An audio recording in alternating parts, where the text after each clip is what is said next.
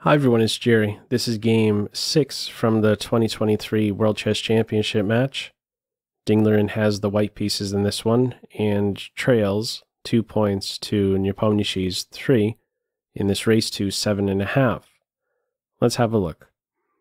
Opening wise, another different opening in this match.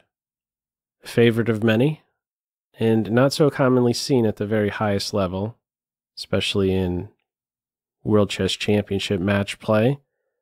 We have the London system. Okay, Dinglerin pointed out in the press conference he was looking to play something he was comfortable with. The London system it is. Play develops normally, each side with a healthy structure. Out of this opening, deploying the minor pieces to good squares, black making sure this guy's out and about. The bad bishop outside of the pawn chain. So we have the offer of a dark square bishop exchange. This was the bad bishop being exchanged for the good bishop. Black is helped slightly development-wise on the recapture. It was, after all, on that f4 square, a very active bad bishop. So they're gone. No dark square bishops, both sides castle. And this is really the first moment to draw some attention to. After knight to e5, White is ready to change the structure, ready to take on c6, and the b pawn is going to be pulled away, converted to a c pawn. Now, first of all, this knight is pretty much poison. Capturing it, you run into a fork. It isn't the end of the world, but you're not losing a piece as black, but it's not a good path to go down because this guy's going into Pac-Man mode and destroying your king side. Pawn takes knight, queen takes bishop. Not a path you should be going down as black. Okay, so basically poison. The knight on e5. Is black okay with the structural change? Is he okay with this pawn coming to the c file? He's not. He goes to the e7. Is this really the end of the world if a6 is played and we allow this structure?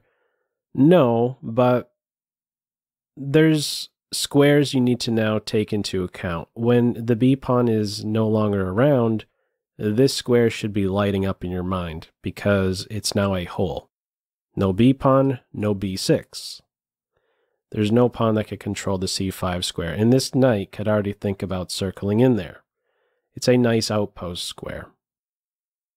All right. He prevents any of that. The knight goes to e7. a4 anticipates an expansion on the queen side, a minority attack with a6 and b5. White says, you could give my bishop a kick, but after I fall back, you will not play b5. If b5 is allowed, then nearby there will be b4. And when b4 is in there, one way or the other, White will soon experience a structural defect on the queen side. This may be an isolated pawn. This may be in the form of a backward pawn. One way or the other, when this guy gets here, there will be a structural defect in White's camp. That's prevented on this move 13 with a4. From here, knight d7, challenging White's knight.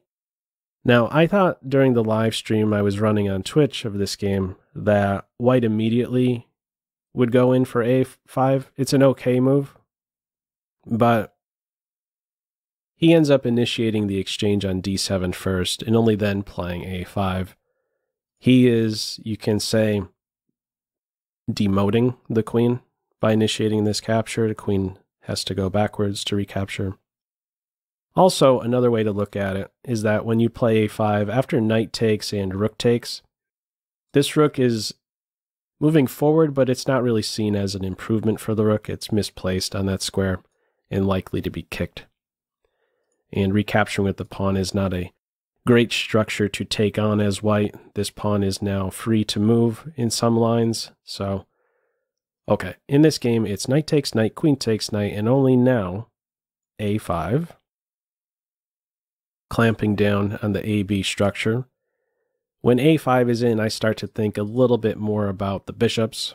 There's now another pawn fixed on a light square, 2 fixed pawns in this position for black on light squares. So if we get into an ending where it's kings, pawns, and just the bishops, white is for choice, far and away. White would be the one playing for 2 results. Okay, from here, queen c7, mission accomplished on the recapture. She's much more active on c7, exerting pressure on the a-pawn and the c-pawn. This is important. Keeping pressure on c3 interferes with white's attempt to get an ideal setup. What is this ideal setup? Given several moves in a row, white would like to play b4, knight b3, and knight c5. This would be a perfect setup for white. The knight is amazing on c5. He's going nowhere. If he's somehow exchanged by the knight, there's still going to be problems for black. After a recapture, this pawn is really seen as half dead. Okay, this is a dream setup for white. Queen c7 interferes with this idea to play b4. She has an eye on c3. White also, with queen f3, move 17, has an eye on defending c3. So maybe hinting at playing next b4, knight b3, knight c5. Black says, not so fast. I got some pressure here. And now rook a3. So Ding described this move in the press conference. It was a useful waiting move. You could play knight b3 straight away, but maybe there's some problems on the b file that can come about. Let's say b6, ab, queen b. There's some pressure here. And in this structural change right about now, you would probably like to have the rook on a3 already, defending against the threat queen takes knight. So he's making this useful move, rook a3 right now. Also maybe ready to play b4. The rook assists in defending c3. There's still more work to be done even if you have b4 in there, because playing knight b3 next would be interfering with the rook defending c3, which would allow queen takes c3. Okay, a useful waiting move is how he described rook a3. Bishop g6, maybe hinting at transferring the knight to d6. Knight b3, could switch the order. I've only been talking about b4 and then the knight transfer, but maybe getting the knight to c5 and only then b4. It's another way in there to get that set up. Black interferes with it. Knight c6. If you hop in, you drop the a-pawn, so not so fast. In comes queen g3, offering a queen exchange. Black keeps queens on. You could go for the queen exchange. This is considered one of the better options for black in this position, but they're maintained in this game. Queen e7. It looks a little bit awkward to put the queen on this square opposite the rook. Okay, queens remain on board, and the knight hops into c5 right now? No. About 14 minutes was spent on this next move. He picks h4. So why is he not going in for knight c5 right now? You made a lot of moves already to, pave the way for knight c5. Why aren't you hopping in just yet? Well, if you play knight c5, black has a tactic up his sleeve, which is knight takes a5. Preparing to meet rook takes knight with b6, and this knight will soon be won back. Also, in this position, after knight takes a5, there's this move, knight takes e6. It isn't winning for white. Black has a good reply to that with rook to c6, and we basically end up exchanging knights with this sequence. The knight, I should mention, when he's making this capture on e6, is not threatening anything serious right now, and is even in a pin. Black would be able to respond with rook c6, and we would have an exchange of knights. in an atypical way, but this is a roughly equal position. So in short, knight c5 runs into knight takes a5. However, after this 14-minute think and h4, this is setting up knight to c5, oddly enough. This is allowing knight c5 to hit next without this tactical resource anymore. Let's see why. Black first repositions the rook, goes to e8. From these two squares, they certainly felt a bit overcommitted and, well, what was it really doing on c8 now that the knight is on c6? Earlier it had pressure directly on c3, but that's no longer the case. So it's repositioning. Now, I have to say that when h4 is played, I thought to myself, okay, more long-term, you have that flight square. Additionally, you are cutting out a square from the black queen. Maybe in some cases, black looks forward to offsetting your queen from the g3 square. But there is a nice tactical point behind this pawn advance. Let's see it. In the game, we follow with knight c5 only after this guy is on h4. Now, black cannot take on a5. This would be a losing move. This trick to take on a5 and follow up with the fork is no longer there. Let's see why. In the game, e5 is played. What's the issue if black captures on a5 here with the pawn on h4 rather than h2? Let's see. Black can play rook takes knight, and after b6, there is a winning move here, only one winning move. Let's see if you can spot it. Feel free to pause the video. What would you play as white? Okay, the winning move is h5. What is this accomplishing? Okay, first of all, if black replies to this h5 advance by capturing the rook, we capture the bishop, and it's the usual case, the minor pieces outweigh the rook. What about bishop takes pawn? Well, now there is this capture on e6. As I pointed out earlier, knight takes e6.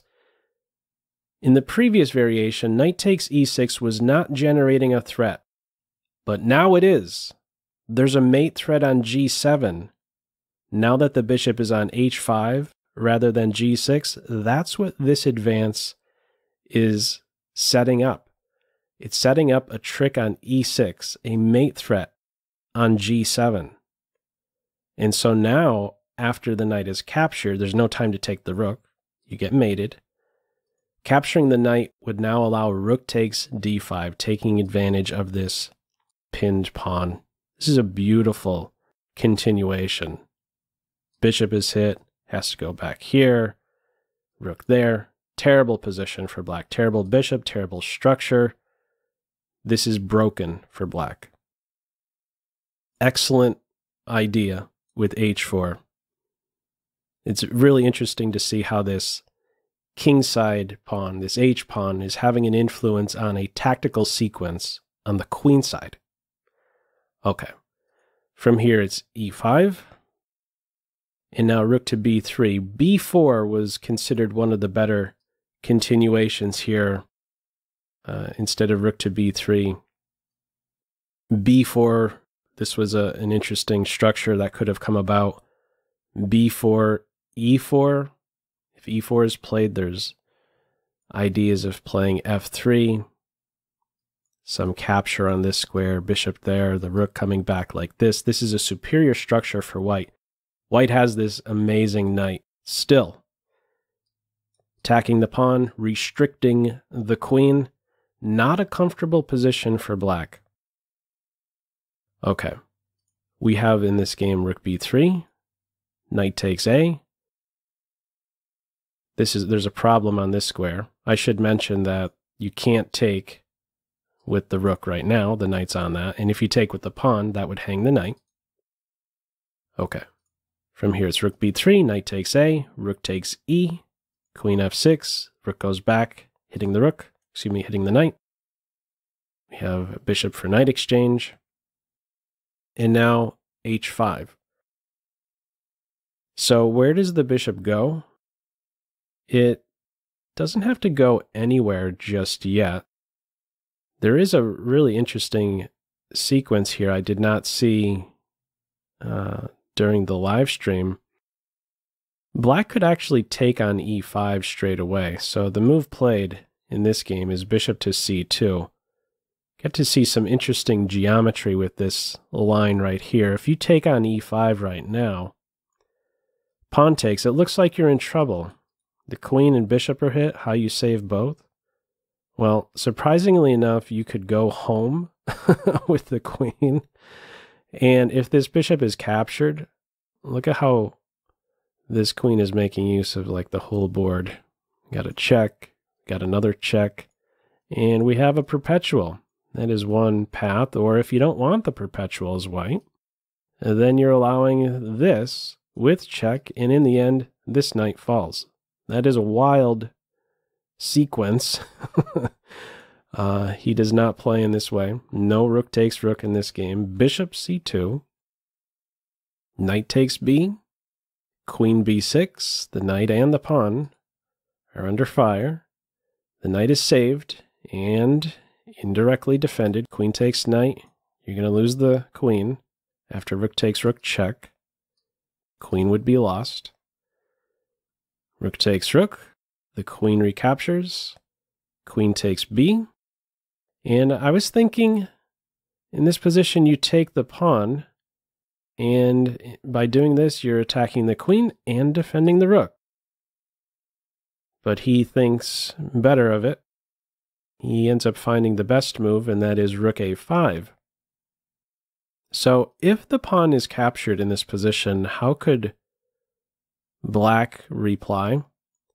He could reply with queen c1 check, and after king h2, play bishop to d3, and this is a little bit flimsy, held together by a thread for white. There's pressure on an unprotected knight who has a responsibility. A bit uncoordinated. White is a bit uncoordinated. It goes out a couple more moves. Queen e3 could now be met with queen d1. And in the end, there's the threat against the knight, and black is also ready to win this pawn with check. So, capturing this pawn is not good. In the game, rook a5, king h7.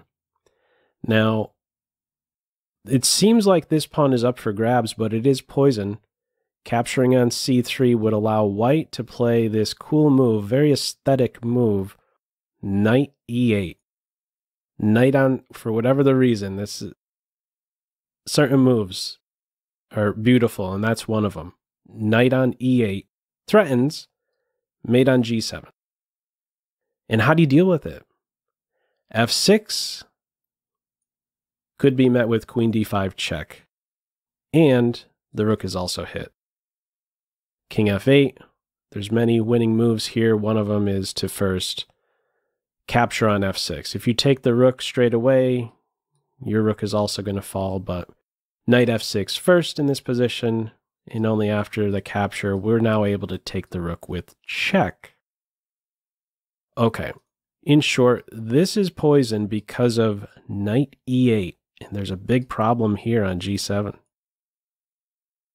From here, it's king h7. It seems like this pawn is up for grabs, but taking it would allow the rook. Black could get some counterplay after rook to f8. Now, in the game, rook c5 is played, so if you're capturing here, there's rook f8. If you try to defend the knight with queen here, you'd actually be losing. There's queen c1 check, queen f4 check. There goes the knight. And if you withdraw the knight, there's going to be a check, and the f2 pawn falls. So again, black would have counterplay. The rook would become very active if you take on f7. So in this game, it's rook c5, queen c1 check, king h2, f6. So only after this rook is on c5 do we have f6. From here, queen g3. I should mention that if you don't save the pawn right now, if let's say you play a5 instead of f6, now this pawn can be captured. And the difference here is that with the rook on c5, rook f8 could now be met with rook c7, defending the knight and also eyeing up mate one day on g7. Okay, so it's a different story, the capture on f7 with the rook on c5. Okay, from here it is f6, queen g3, a5. Simple plan by black. This rook is right behind the passed pawn. He's just looking to push it. From here we have knight captures on c4. It may seem very tempting to immediately throw the rook on the 7th rank. Why is white not playing in this way? You are threatening mate. Well, the problem is that this square is now available to the queen. The rook, when it's on c5, is stopping that defensive resource. So white thinks better of it, not so fast, rushing in for rook c7. He grabs the pawn on c4. White continues to push. Knight c3, knight e3, cuts out queen g5. Right around this point, I think I was looking at a move like f4, stopping the queen from defending on this square, but there's queen d1 always to remind you about h5. Knight e3 stops all of that. No queen g5, no queen d1 trying to get here. Now that the knight is on e3, white is ready to play here, and there's going to be a big problem on g7. Bishop b1 gets out of harm's way. Also is in a spot to assist the pawn. Once it's on a2, it'll now be defended. Rook c7. Rook g8, how else to defend the mate threat? Knight d5 is threatening knight takes f6. There is a pin along the 7th rank. King h8, out of the pin. Rook a7. a3. Knight e7, and where does the rook go? He goes to f8. A big think here. Time control has just been met. Spends about 20 minutes on this next move. He plays d5. There are multiple strong moves in this position for white. One of them is the move played in the game, d5, but also rook b7. What's the idea behind this? If let's say after a2, the idea is to get rid of this lone defender of the king. Once the rook is not on this back rank, it's going to be mate. Rook takes rook, we'd have queen takes rook, and mate on g8. So this would have been a nice idea. d5, I must admit, I see that and I think to myself, oh, okay, you're starting to advance your passed pawns. You're going with your furthest advanced passed pawn. But there's also another point here, and it's this e6 square. What is the point behind controlling e6? Let's see how that shows up. I didn't see this one coming. After a2, we now have queen c7, threatening knight g6, check, and then checkmate. There's no time for rook to g8 to defend. We have that square covered. And there's no time to play rook f7 because we get to the back rank and deliver mate. So what does black do? He gets out of the knight check. Goes to h7. Knight g6. No time to take the knight. It's mate on g7, so rook goes back to g8. And one last move. Queen f7. Black resigns. What a finish to this game. What is the threat exactly? Well, let's make some passing move. There really isn't much black could do. Let's say bishop c2. Here's the finish we would have had. Queen takes rook. King takes queen. Rook a8 check. You have two options. You go to h7, you're getting mated in the corner. And if you go to f7, we get to see a point behind the earlier move 41, d5. Rook f8 is mate. No escaping to e6. We got that covered. One final continuation, and one I did not highlight during the live stream, is if bishop takes knight in this position, this would result in another pretty finish. Pawn takes bishop, check, king back, and now another queen sacrifice. Queen takes rook, king takes queen. Game over. This pawn right here, you cannot say enough about it. Beautiful finish to this one. Ding Liren has yet again come back from being a point down. We are now level 3-3 going into game 7.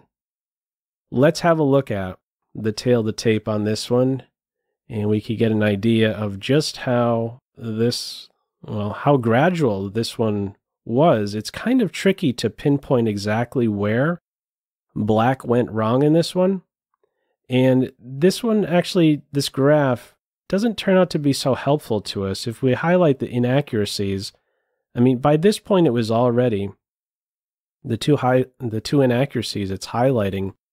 It's already, black is already in a very difficult spot. So I think it may be, at least in the computer's eyes, the point where there was the offer of a queen exchange, it was suggesting a queen exchange. It does not really show up in the graph, though.